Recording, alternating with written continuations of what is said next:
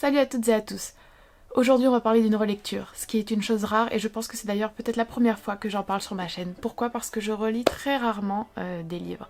Et d'ailleurs si vous me suivez depuis un certain temps et si vous me connaissez un petit peu, vous savez sans doute quels sont les rares livres que j'ai relus. Le mois dernier, c'est-à-dire en octobre, pour les vacances de la Toussaint, je suis redescendue dans mon sud natal et j'étais donc dans ma chambre d'enfant, d'adolescente, avec mes anciennes lectures, mon ancienne bibliothèque. J'ai peiné à finir L'idiot de Dostoïevski et lorsque je l'ai fini, j'ai eu un grand moment de difficulté à me remettre à la lecture. Comme ça arrive parfois, vous savez, quand on finit un livre, soit que l'on a beaucoup aimé, soit qui nous a épuisés pour des raisons moins positives. Et je ne sais pas trop pourquoi, j'ai ressorti Le Rouge et le Noir de ma bibliothèque et j'ai commencé sa relecture. Le Rouge et le Noir, je l'avais lu, comme pas mal d'entre nous il me semble, pour la première et unique fois quand j'étais au lycée, donc quand j'étais vraiment assez jeune. Et j'en avais gardé de bons souvenirs, mais en réalité assez flous. C'est-à-dire que c'était une lecture que j'avais trouvée bonne, je recommandais cette lecture aux personnes qui me posaient la question, mais je n'avais pas de souvenirs très précis. Et en fait, en le relisant, il y a quelques semaines, je me suis rendu compte que cette relecture était presque une première lecture, tant c'était une découverte. Donc voilà, vous l'aurez compris, je vais vous parler du Rouge et le Noir. Je l'ai relu et je l'ai adoré. Je crois que ce qui m'avait marqué quand j'étais ado et que j'avais lu le livre, c'était cette histoire d'amour. Et je pense que pour beaucoup de gens, quand on lit jeune, c'est probablement le cas. Déjà, assez jeune, j'étais portée sur effectivement les personnages sacrificiels. J'avais donc été assez, il me semble, touchée et exaltée à la lecture des passages où Madame de Rênal était présente, bien qu'en y réfléchissant désormais le personnage de Mathilde soit également ce qu'on pourrait considérer un petit peu comme un personnage sacrificiel, mais je me souviens qu'à l'époque elle m'avait beaucoup moins marquée. En fait elle m'avait si peu marquée que l'une des grandes surprises et l'une des grandes redécouvertes, j'ai même pas envie de dire redécouverte, l'une des grandes découvertes de cette relecture, ça a été le personnage de Mathilde qui occupe quand même on va dire les 2/3 du roman, pas exclusivement mais qui est présente en tout cas dans les 2/3 du roman. Et bien je n'en avais aucun souvenir, tout simplement. Donc ça a vraiment été une grande surprise, une grande découverte de découvrir, au-delà de ce roman qui, dans mes souvenirs assez vaporeux et diffus, était une histoire d'amour un petit peu exaltée, extrêmement romantique au sens vraiment littéraire, de découvrir un roman qui n'est pas si romantique que ça, de découvrir un roman politique, un roman social, un roman engagé, un roman fortement ironique et critique, et de découvrir également de nouveaux personnages et des intrigues, des relations, des affects qui ne m'avaient vraiment pas qu'il ne m'avait plutôt pas été possible de découvrir à l'époque où je l'avais lu pour la première fois. Le premier point que j'ai envie d'aborder avec vous, c'est l'ironie présente dans ce roman, qui ne m'avait pas du tout marqué quand j'étais plus jeune. Je pense que c'était peut-être, premièrement, je ne pense pas que c'était quelque chose qui me plaisait tout particulièrement quand j'étais plus jeune, l'ironie, j'étais capable de la déceler dans une certaine mesure, mais c'était pas l'un des éléments principaux dans mes lectures, alors qu'à l'heure actuelle, je trouve que l'ironie, c'est vraiment l'une des caractéristiques que j'apprécie le plus dans la littérature. Deuxièmement, il va sans dire que je n'avais pas la maturité, les connaissances nécessaires, les connaissances et les capacités, les savoir-faire de lecture, d'analyse, pour comprendre réellement tout le réseau ironique qui est présent et qui est à l'œuvre vraiment de façon prépondérante dans cet ouvrage de Stendhal, et donc j'étais totalement passée à côté. C'est une ironie qui est absolument délicieuse, qui n'est pas mordante et acerbe, qui n'est pas violente, qui n'est pas non plus, il me semble, tournée vers elle-même et dans une forme de pessimisme absolu. C'est une ironie qui est légère, qui est parfois drôle, qui est très subtile et que j'ai beaucoup aimée. Et ce que j'ai particulièrement aimé, en regard, avec cette ironie présente, peut-être parce que ça résonnait fortement avec mes réflexions, et malheureusement, j'ai envie de le dire aussi, avec les réflexions qui étaient amenées par l'actualité lors de ma lecture. Ce que j'ai beaucoup aimé, donc, c'est l'ironie à l'encontre de la religion. Alors, on peut être plus précis, ce n'est pas nécessairement à l'encontre de la religion ou des religions tout entières, toutefois Stendhal se fait un malin, mais vraiment plaisir, à décrier la bigoterie, la cupidité, l'hypocrisie, l'intérêt, la sottise de certains religieux, du clergé, à montrer les ficelles politiques que tire ce même clergé, et c'était d'une façon extrêmement réconfortante de trouver en fait des réflexions sur les organisations religieuses, sur les dogmes, sur les influences politiques qu'ont ces religions dans la plume d'un tel auteur 2 siècles auparavant, qui rejoignait effectivement celle que je pouvais avoir et celle que l'on peut avoir à notre époque en voyant les ravages que continuent à faire les religions.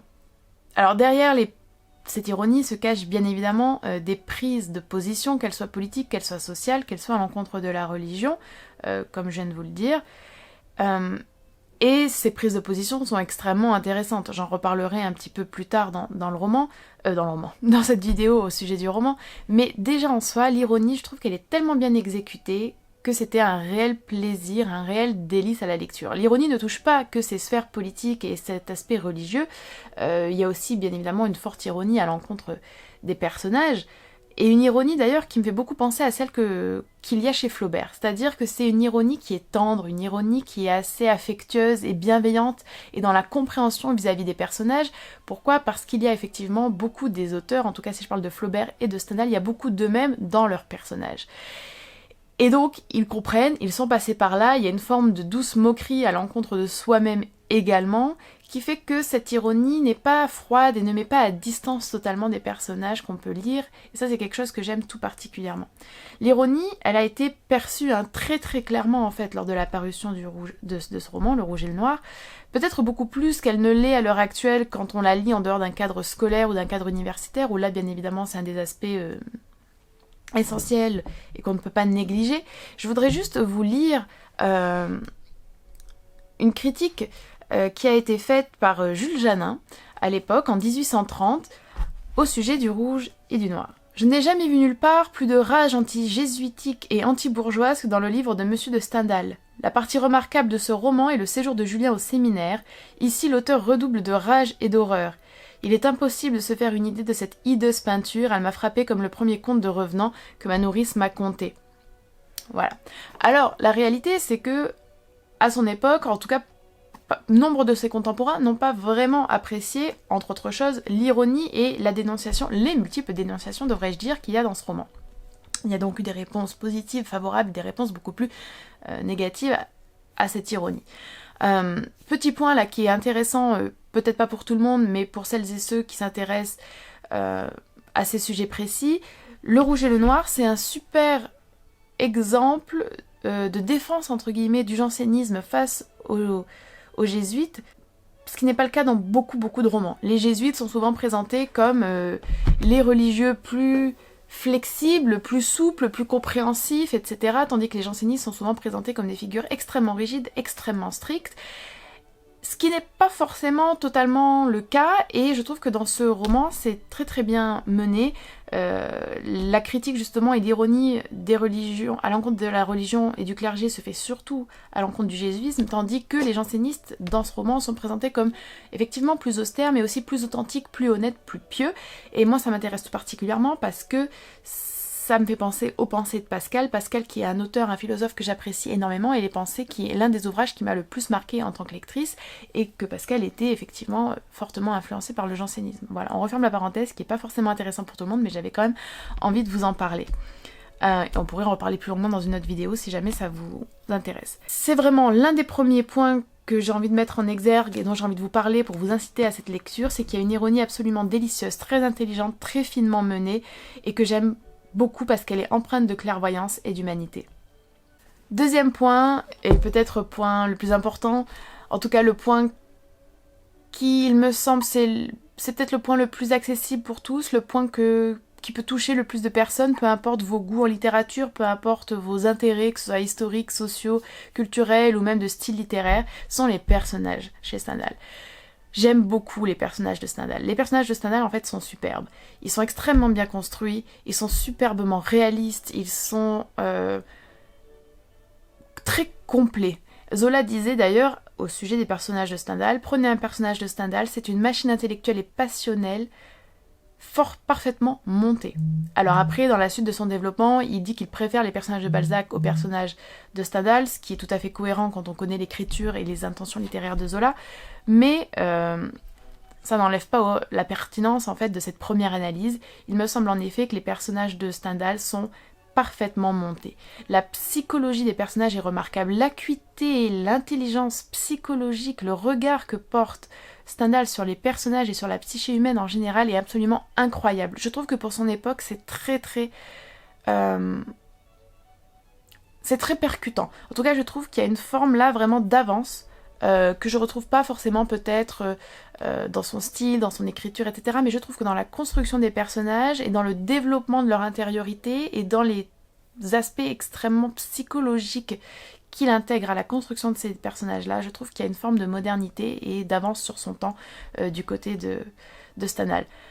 J'adore le personnage de Madame de Rênal, je pense que c'est assez évident, si vous me connaissez un petit peu, j'adore le personnage de Madame de Rênal, parce qu'elle est absolument complète. En fait, elle ne sacrifie à rien, elle ne sacrifie pas à la femme, elle ne sacrifie pas à la mère, elle ne sacrifie pas à l'individu, elle ne sacrifie pas à l'amoureuse, elle ne sacrifie pas à la personne qui a des valeurs, à la personne intelligente et sensible. J'aime énormément le personnage de Madame de Rênal parce qu'elle est tout ceci à la fois et puis elle est bien loin il me semble de cette simple figure sacrificielle qui est peut-être ce qui m'avait marqué lorsque j'étais adolescente parce que j'étais beaucoup moins mûre, parce que j'avais eu beaucoup moins d'expérience également et je pense que les trois personnages principaux ou en tout cas les trois personnages qui sont autour de cette intrigue amoureuse, c'est-à-dire Mathilde, Madame de Rênal et Julien, ne peuvent se comprendre qu'après avoir vécu certaines expériences.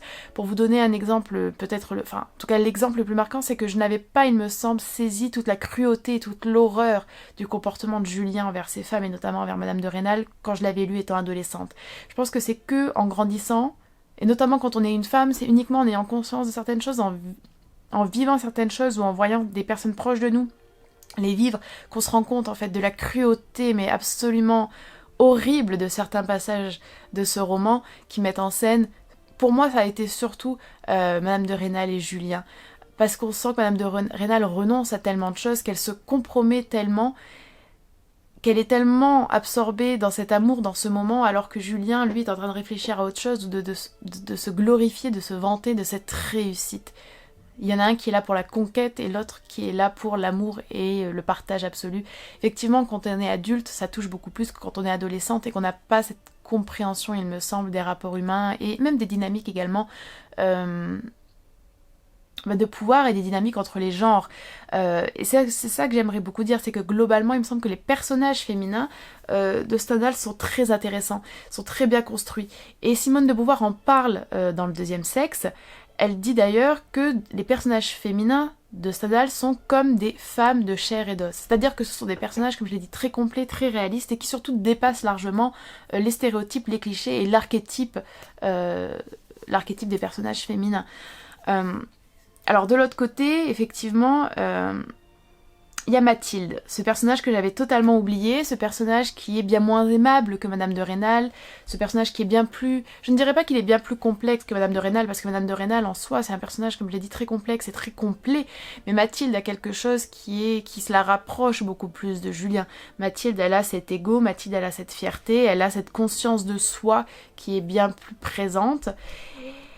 Et en fait, contre toute attente, j'ai été vraiment très surprise de me retrouver de façon extrêmement intime, parfois, dans le comportement, ou en tout cas dans la manière d'aimer de Mathilde. Quelque chose que je n'aime pas du tout chez moi, quelque chose dont j'ai conscience depuis des années, et qui est sans doute l'un des pans de ma personnalité que j'aime le moins. C'est tellement perturbant de le voir ainsi décrit par un homme, et de façon si réaliste et si correcte et si exacte dans un autre de ces personnages féminins, ça m'a vraiment frappée à la lecture également. Et donc cette redécouverte, oui, du personnage de Mathilde a été pour moi extrêmement forte. Et de l'autre côté, bien sûr, on a le personnage de Julien, que j'ai absolument exécré, que j'ai absolument détesté à la lecture, mais pour qui j'ai toutefois versé une larme à la fin.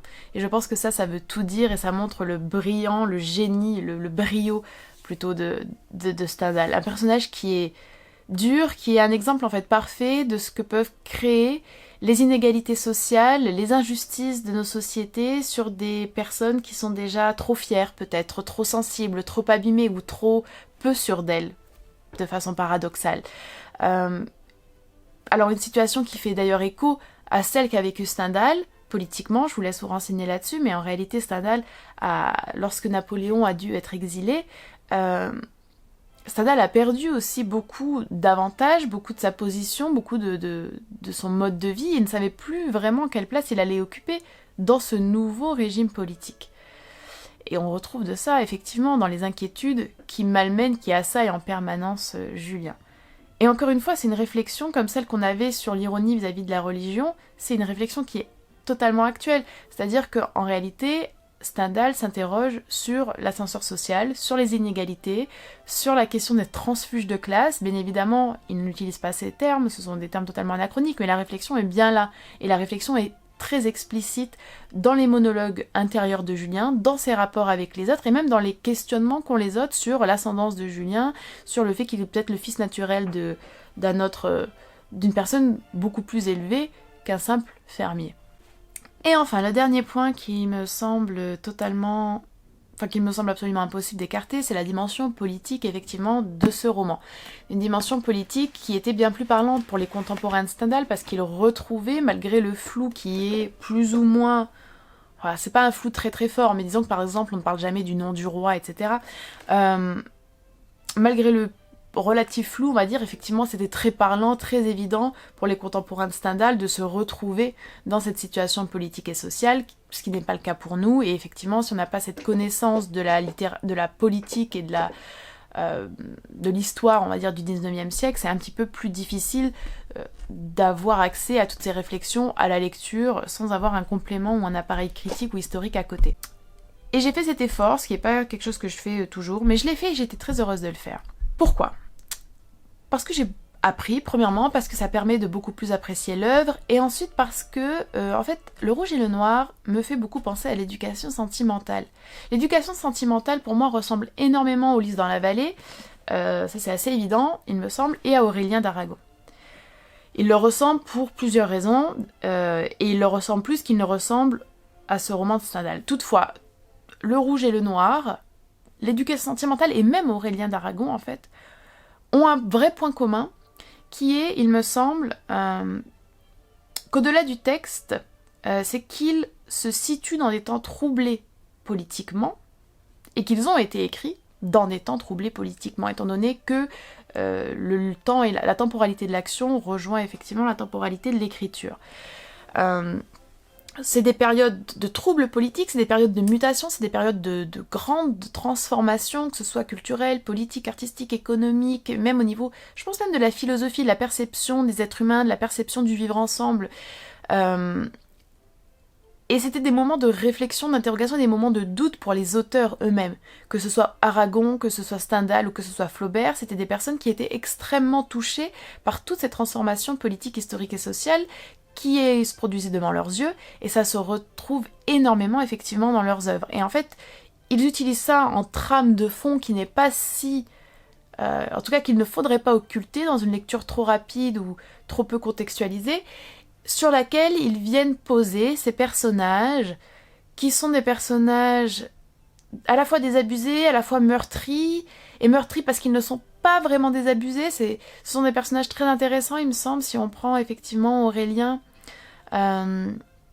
Frédéric et puis Julien, il y a vraiment un triptyque là intéressant, et puis effectivement les femmes qui les entourent, j'aime pas trop le dire comme ça parce que ça leur donne un peu un rôle de subalterne, mais les femmes qui les entourent sont également très intéressantes à étudier seules, ensemble dans une étude comparatiste, et puis également avec les autres personnages des romans, au sein des romans du coup dans lesquels elles sont présentes.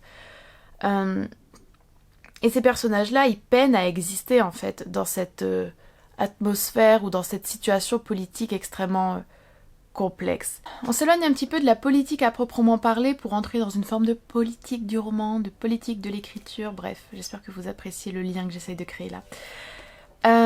Parce que ce roman est très important en fait. Ce roman est important à cet égard parce que Stendhal y aborde à quelques reprises, de façon plus ou moins implicite, des réflexions sur l'écriture, sur la littérature, notamment la très célèbre métaphore du miroir, qui n'est pas extrêmement explicitée ici, mais qui est quand même assez facilement compréhensible, je vous la lis tout de suite.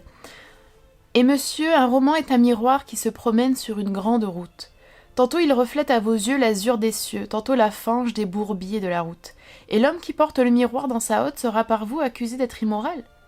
Son miroir montre la fange, et vous accusez le miroir. Accusez bien plutôt le grand chemin où est le bourbier, et plus encore l'inspecteur des routes qui laisse l'eau croupir et le bourbier se former. Alors ici c'est très intéressant, parce que premièrement, il y a une réflexion qui n'est pas forcée de s'étendre à la littérature, même s'il le dit au début, un roman, etc. Et elle est aussi intéressante pour nous, plus intéressante d'ailleurs, parce que ici Stendhal explique un petit peu sa démarche d'écriture et répond à des critiques qui lui sont formulées. Il défend sa vision de l'écriture et de la littérature en fait en arguant qu'il est absurde de dénoncer, de critiquer ou de vouloir même condamner. Hein. Rappelons-nous quand même que Stendhal c'est le 19e et ça pourrait être le cas encore aujourd'hui, selon les pays où on se trouve.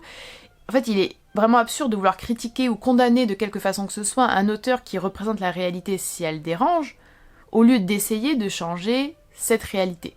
Et il y a une forme ici d'explicitation du rôle, à son avis en tout cas, de l'écrivain qui doit parler de politique, et qui doit en tout cas parler de la réalité de son époque, et qui doit également, en tant que miroir, être plus ou moins neutre dans la façon dont il l'a retranscrit dans ses ouvrages. Cette idée de neutralité, elle est quand même assez controversée parce qu'on peut pas vraiment dire que Stendhal soit vraiment neutre. Par contre, on peut pas non plus prétendre, il me semble, hein, que Le Rouge et le Noir, ce serait un roman à thèse. Et en ce sens, il rejoint aussi un petit peu Flaubert. Il y a vraiment des grandes passerelles à faire entre ces deux œuvres et avec les autres œuvres que j'ai citées avant. Le lien de toute façon avec la politique, il est présent. Il est présent dans cet extrait avec la mention effectivement de l'inspecteur des routes. Le lien avec la politique, il est aussi présent dans l'ensemble de ce roman de toute façon. Et ici Stendhal nous dit donc qu'au XIXe siècle, un auteur doit nous parler du réel, doit nous parler de ce réel qui est plus que jamais politique et que donc de fait on ne peut pas le reprocher à un auteur.